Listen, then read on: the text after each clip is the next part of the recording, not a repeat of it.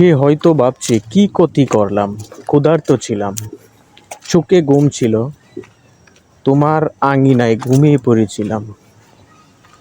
কিংবা আমার তো আর তোমাদের মতো জ্ঞান নেই, বিবেক বুদ্ধি নেই, তাই তোমার খাবারে লোভ করে খাবারে থাবা বসিয়েছিলাম, তাই বলে তুমি দা দিয়ে আমার পেট ছিদ্র করে দিবি?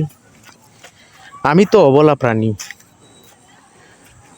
আমার তো হাসপাতাল, টাকা পয়সা নেই, কিংবা কেউ আমাকে হাসপাতালে নিয়ে যাবে সেই অবস্থাও নেই।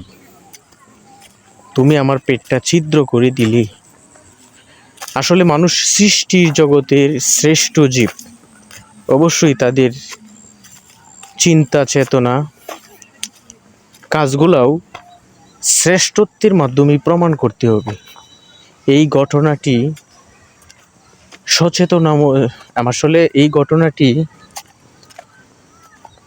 যে কোনো একটি জায়গায় ঘটেছে, ঘটনাটি অত্যন্ত ব্যথিত করেছে, মর্মাহত হয়েছে। ধিক্কার জানাই এই ধরনের বিকৃত মনুষ্যের কাজ কাম। আসলে এটা